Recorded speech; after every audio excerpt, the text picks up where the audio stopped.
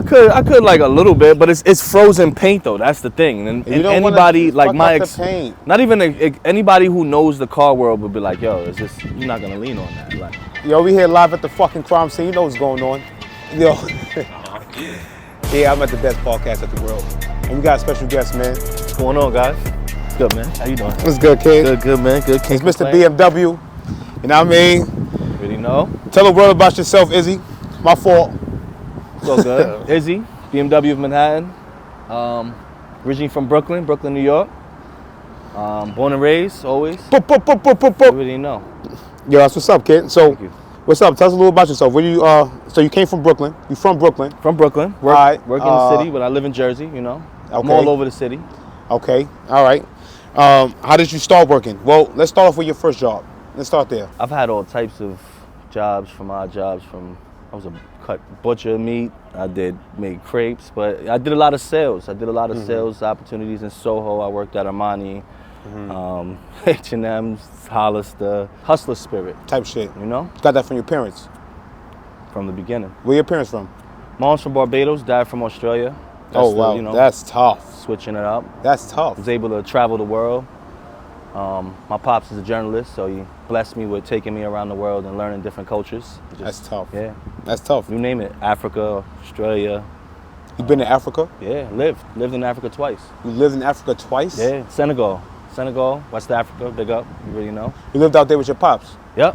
Gotcha. Yeah, so what was it like living in Africa compared to New York? Amazing. I love West African culture heavy, just the food, the art, the history.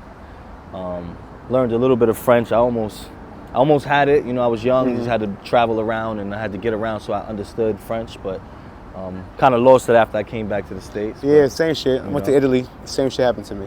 Yeah. I felt that. Yeah. So, being in Africa, living in New York, you came back to New York, what was it different? How did you adapt? I guess I just made it more well-rounded. You know, I was able to just understand different cultures and get, find different people's energy, you know, and reading into that and just like learning to just be be like a sponge, like a people person. You know? Yeah, so that makes sense. That ties into sales and stuff like that. Heavy, you know? So before you got into car shit, you was doing other stuff in sales? Yeah, man, I did from Armani, Zara, Kohan. I did a lot of just like sales jobs and just, I was always good at it. Right. Just landed from a friend just helping me out, getting me a temp job at a Deco. Shout out to Deco. Yeah. They put me in touch with, a lot of other 2 weeks temporary jobs, and BMW gave me it officially. That's tough. I just took it and never left because I was a heavy BMW like enthusiast. Still am. Nah, BMW's a culture. It is. That shit is definitely a culture. Like, bad. Yo, look at that shit. It just talk. That's just paid. You really know. That's just paid. Yeah, that shit is tough. What's the name of this car? It's an M5. BMW M5. It's a G90. All the haters, it's a little controversial because, it's the grill. Enthusiasts they love like the same thing, and it's hard for change. Right. But it grows. Everyone's loving this car now. Yeah, definitely, man. Okay, so getting into sales, you being a people person. Yeah. I guess your temp.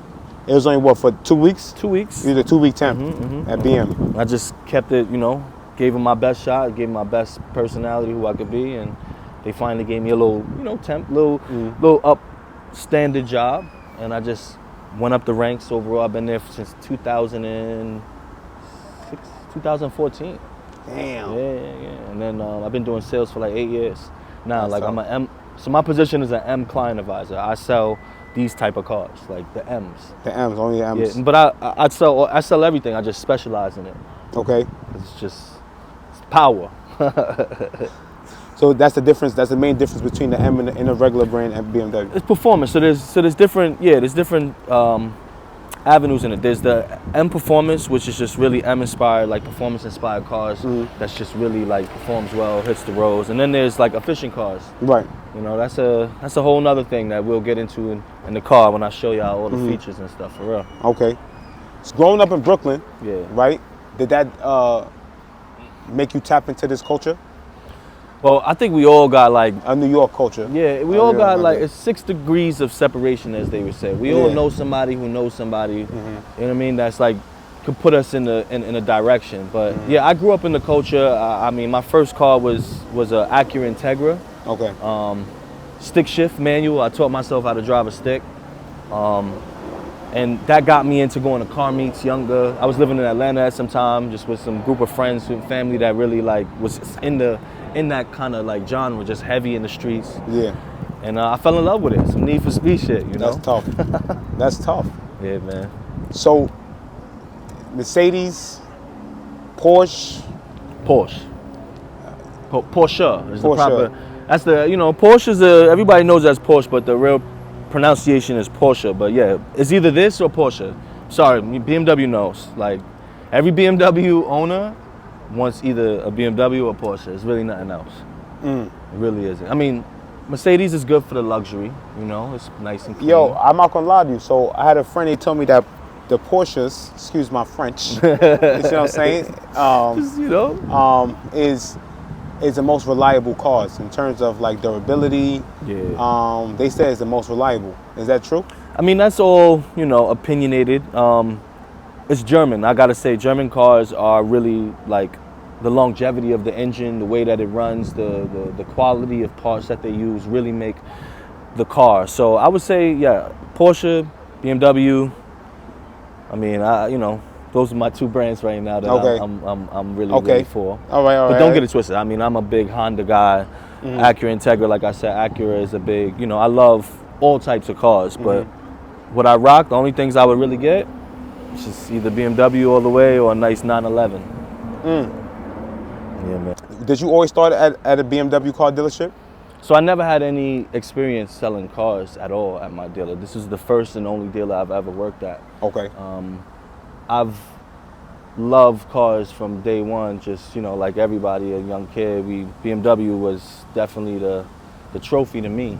Time out. So wait, let me ask you a question. Yeah. How do you so you just walk into a car dealership and say, you know what, I want to start selling cars? No.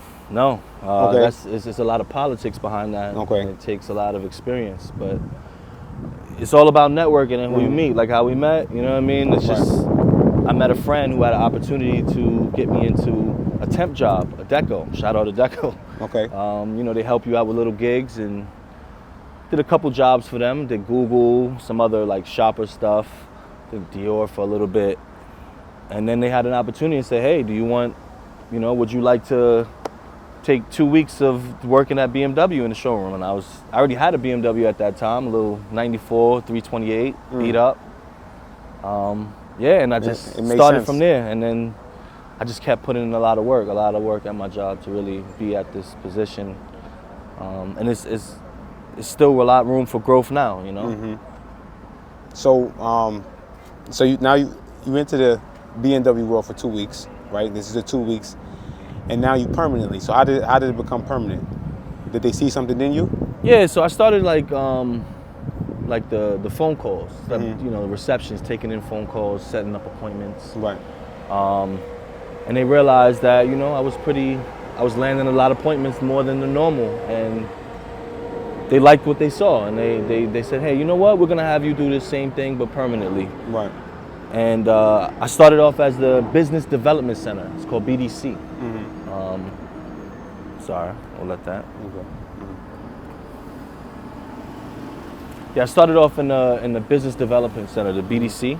Okay. And that's basically like the middleman between sales and like the phone calls. Like when you make incoming phone calls, you can set it up from it's the middle person just sending you down to the right person. So if you're in for sales, parts, service, they basically just move and, you know, try to help you and then put you in the right direction.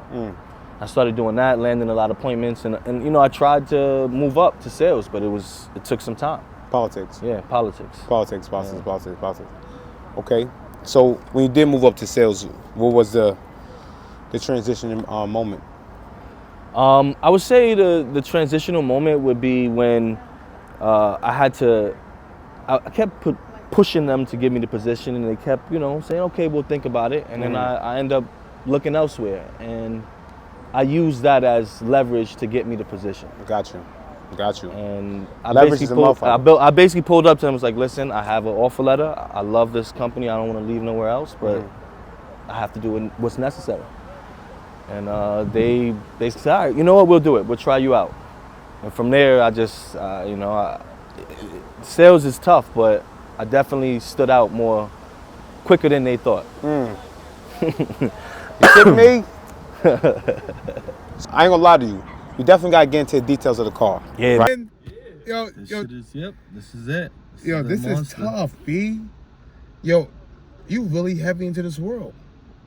It's honestly amazing because I'm used to it now. It's like driving these cars. When I was a kid, this is all I really wanted, and it's I'm whipping these like it's nothing. It's really. So how you nice. into the culture right now?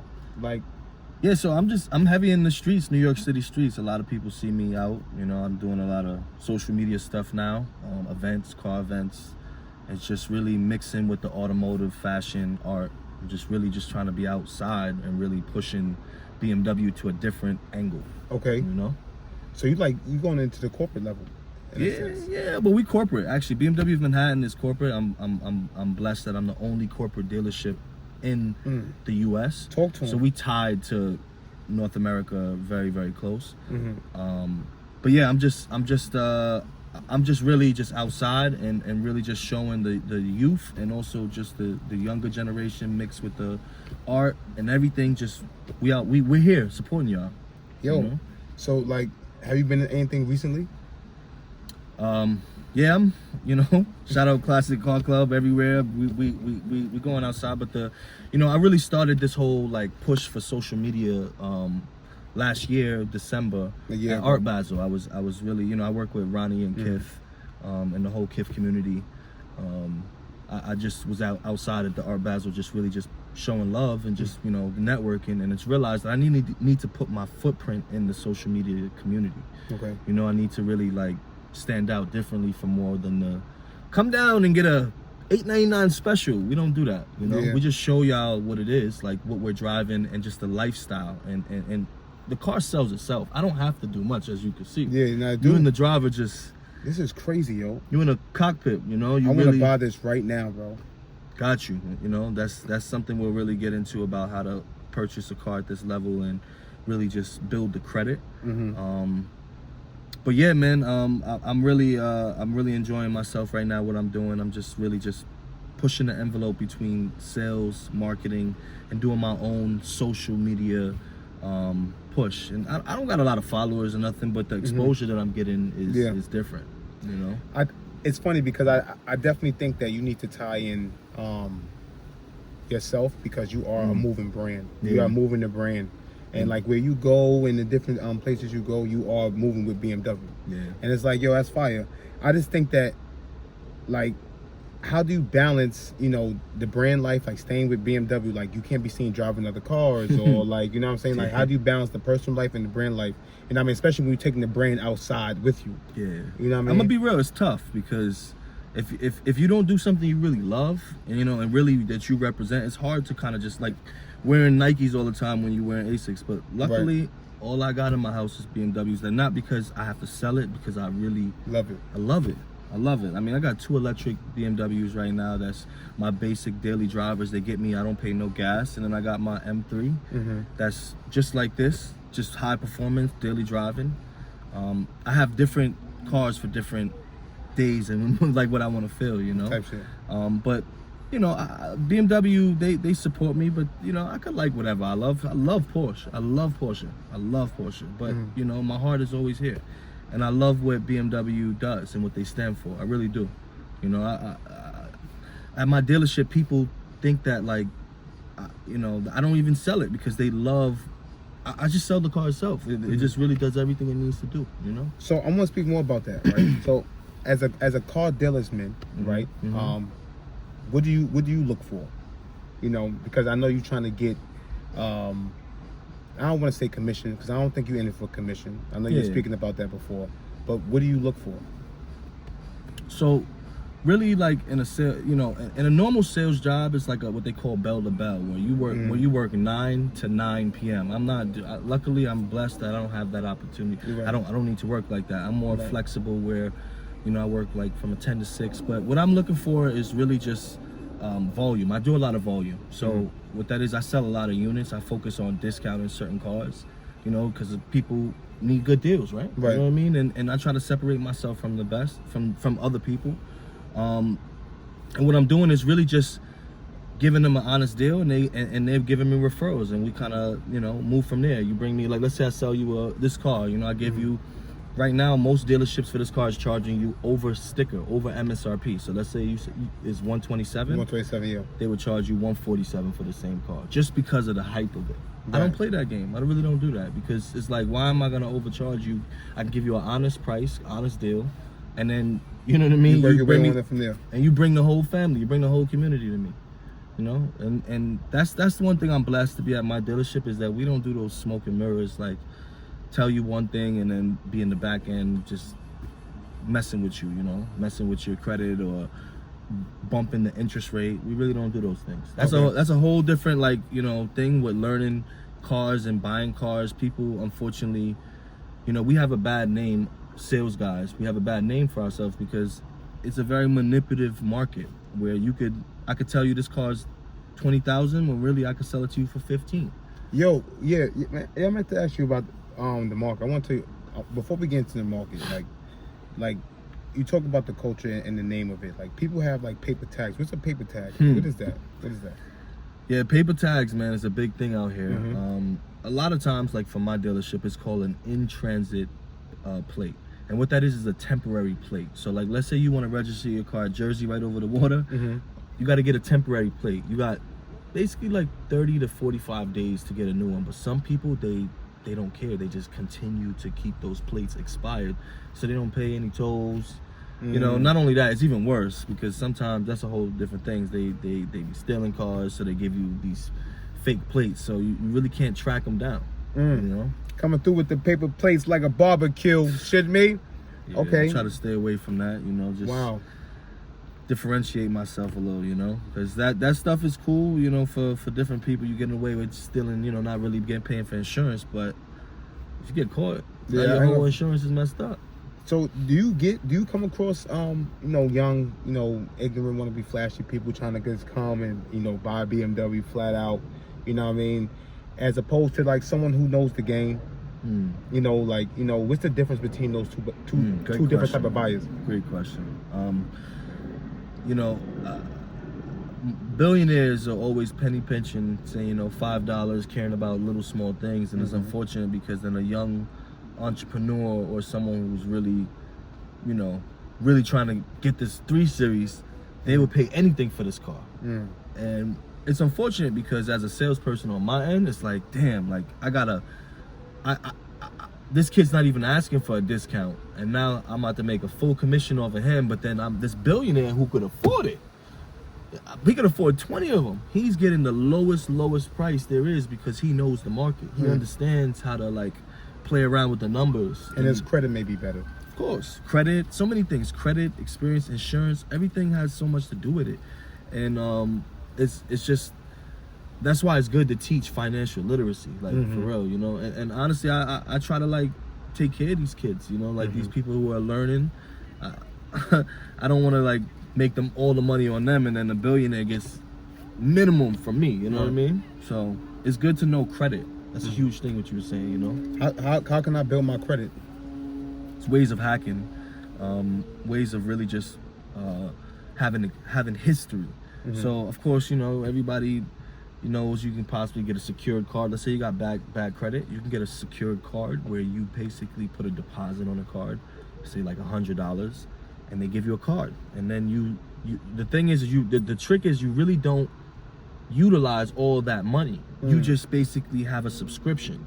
So you just have like a Netflix account, and you use $10, $20. Just use that. Keep that revolving. Now you slowly but surely build someone else. Have like, you know, you can go on Experian.com and you can report your utility bills to establish credit, you know. And slowly but surely just get increase. They give you more money, and then you're able to just use more money, you know, spend more money, and then make sure you pay it off. That's the thing. Pay that shit off. Automatic payments is a huge thing. Like, put your automatic payments on. So now, that's a fact. So now, let me ask you a question. What's the difference between credit and car credit? Is there a difference? Yeah, there's a very difference. There's Okay. a FICO score, and then there's basically credit scores that are just only supporting like credit cards, secured cards, mortgage, and then there's the FICO score for your auto, Okay. your auto FICO, and it has your history of that, and it is different. You know what I mean? It is, if you have history in the auto world, it is different. You know, But if you don't have history, they're gonna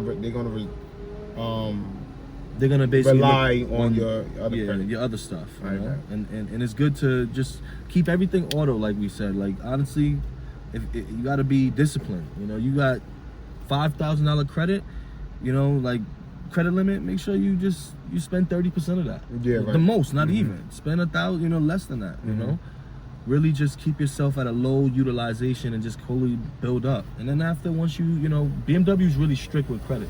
So you gotta really like show. Once you show yourself, you good. You get whatever you want. Let me cover. Is there a certain age that you have to be Great question. to get a car?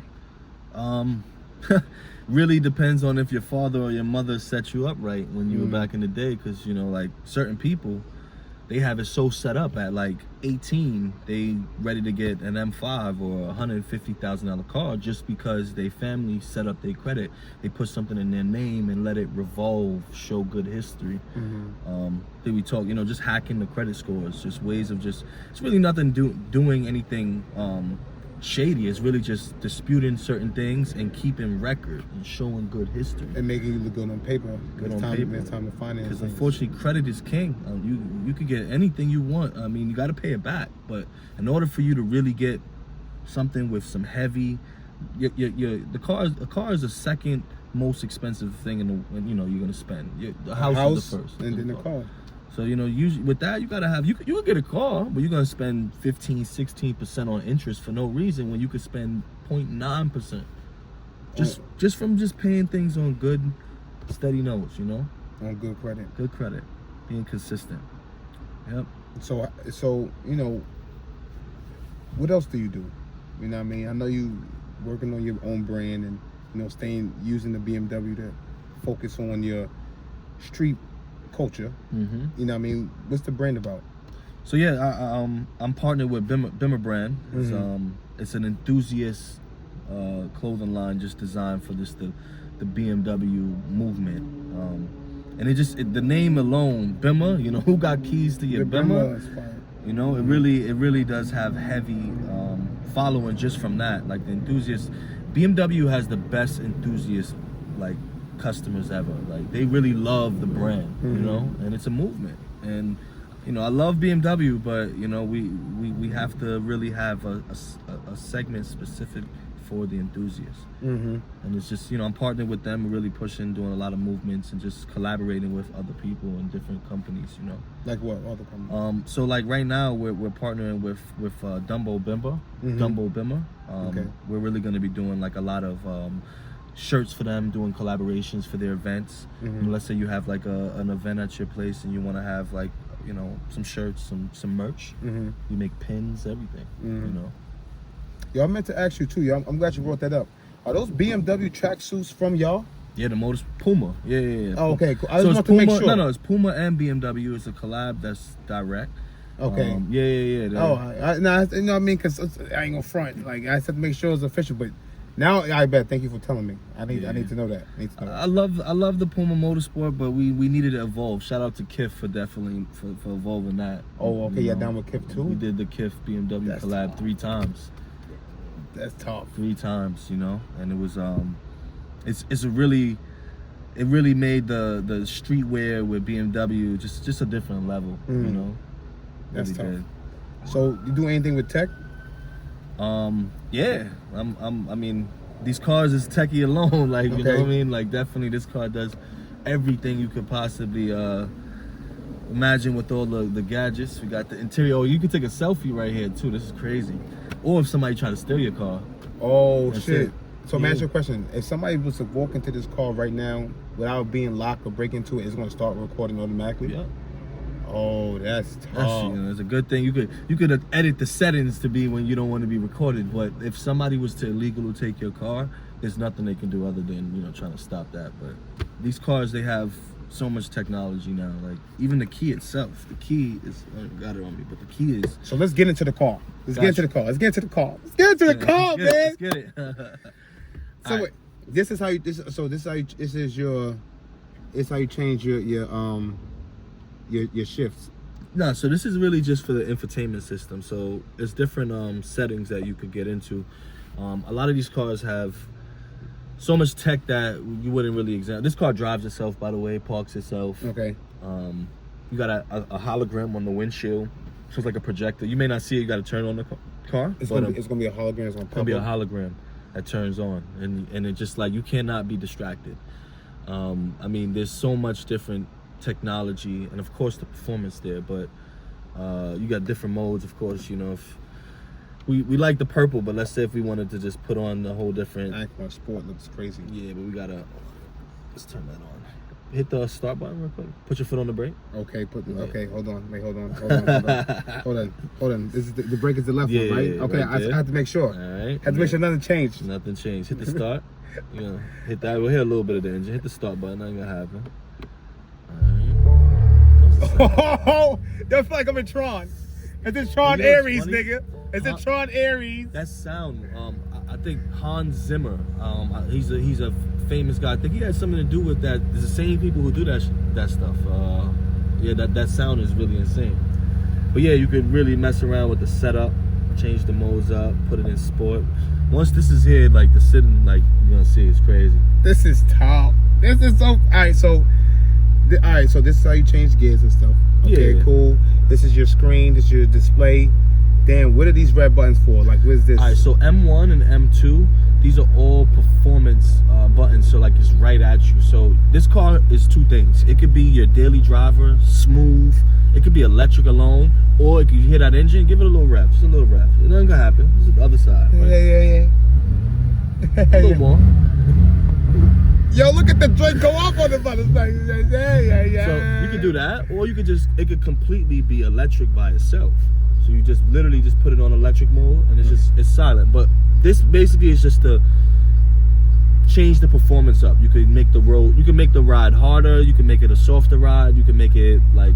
And why would you want to change up? Like, right. Why not just have it on cruise control and have it pour soft the whole way? I don't get why. Because some people, the harder the ride, the better that the handling. You'll really get to feel the road more. So right now, if you look, I'm gonna show the camera too. You can show right there.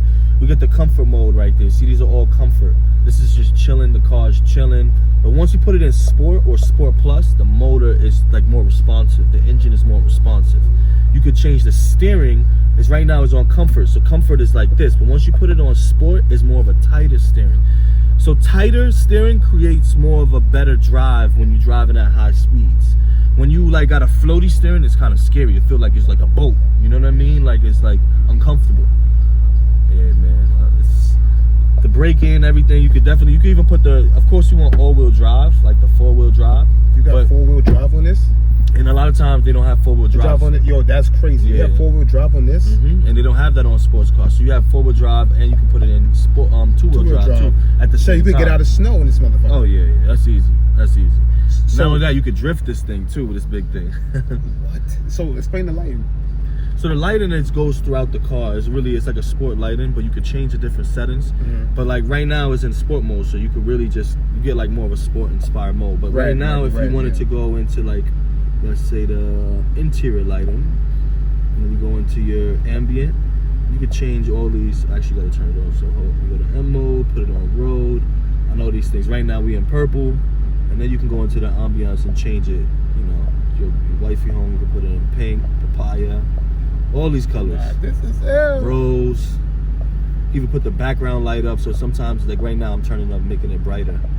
See, it's getting brighter now. Yeah, man. This is, we had to keep up with Benz. Benz they great, but the interior is beautiful, but the performance in this car really outstands everything. So everything on the lighting and on the doors are touchscreen. Mm-hmm. This is touchscreen. The lock the door is touchscreen. Even moving, adjusting your seating is touchscreen. Yep. No, the seating's actually is right here where you can adjust it. But they have cars that are just like, we have the 7 Series that's fully like almost touchscreen and stuff.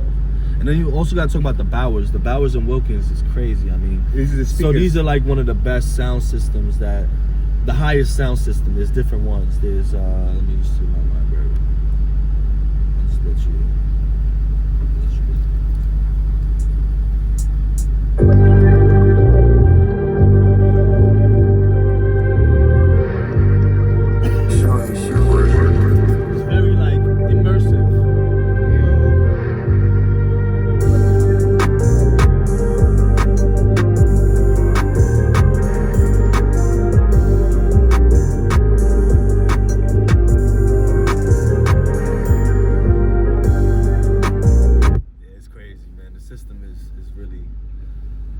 So, you know, you get everything you want. You got a performance car, you got a daily driver, you got all the thing parallel parks itself. I mean, I'll even show you the front camera. It parallel parks itself? Yeah, look, you got a front camera. Look at this, it's about to get crazy now. Hold on. You can literally like look at the side camera. See? It shows like a digital version. Then you get like the front camera too. So you can switch from all these options, man. It's crazy. I'm gonna take y'all on a drive though. Here we go. Wait, the leather seats, the red leather seats. Explain the leather seats. Explain the seats. You got the M5 on the seats. So this is Fiona Red. This color's called Fiona Red. It's a perfect match for the outside because the outside is not too bright and then the interior just pops. But yeah, these are bucket seats, the M5 seats. So these seats kind of lock you in a little bit. Yeah, like you're in a gaming chair. Yeah, exactly. You gotta, one day I'm gonna let you see my other car, my M3. It really is like locks you in. You can't even move. But this one's a way more comfortable because you get more comfortability with it.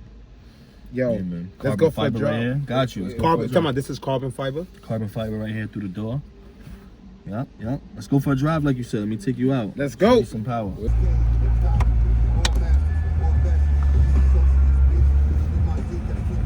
that sound of the engine a little. So it's a little 8-cylinder with that engine, so it moves crazy. This is top. Like I was saying, the settings that you could adjust, put everything on sport. Oh shit! Yo, this is crazy. We're gonna find a spot to show you like the tech too. And it brakes very well too, huh? A little soft braking, you go at a nice speed, appropriate places to give a little horsepower. You know, I try to be a little tasteful is the word. I don't really try to like do that, you know, do it in open spaces that are comfortable where you can do that.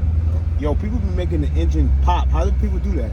Yeah, so basically it's different settings. So after it goes a little like, you hear that sound? Yeah. When you keep it at 3-4 and you let it go, it gives a little, but then if you want that full pop, then you gotta have to get like exhaust, you know, aftermarket stuff that do that. No. It sounds cool. No, some stuff is dope, but then some things is just like too much where it just don't sound too Is that part of the culture? Yeah, I mean, yeah, it is to an extent, but just like, you know how this should be like pop, pop, pop, pop. Yeah. Like, they ain't really trying to do all that. Like, you know, you could get a little nice sound that's just like not too crazy, you know, but like it's like a balance, you know. It's like a balance with everything. You got to be kind of like tasteful, as I say. You know, you can't do too much, you know. I love exhaust sounds. I love it, but just not like where you thinking there's a war going on. Yo, I ain't gonna lie. I definitely ducked a few times. Ain't gonna lie. No, for real. Let's find a little parking spot where we'll parallel park itself comfortably. Find it though.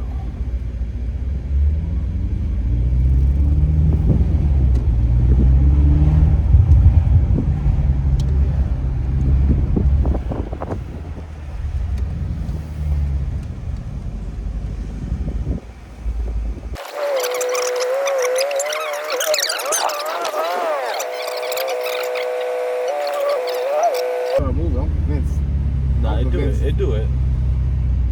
We'll do it right here. There we go. Start, park in reverse. Good. Do your thing. Good. There we go. You know it's going the right way. No hits. Oh, that's tough.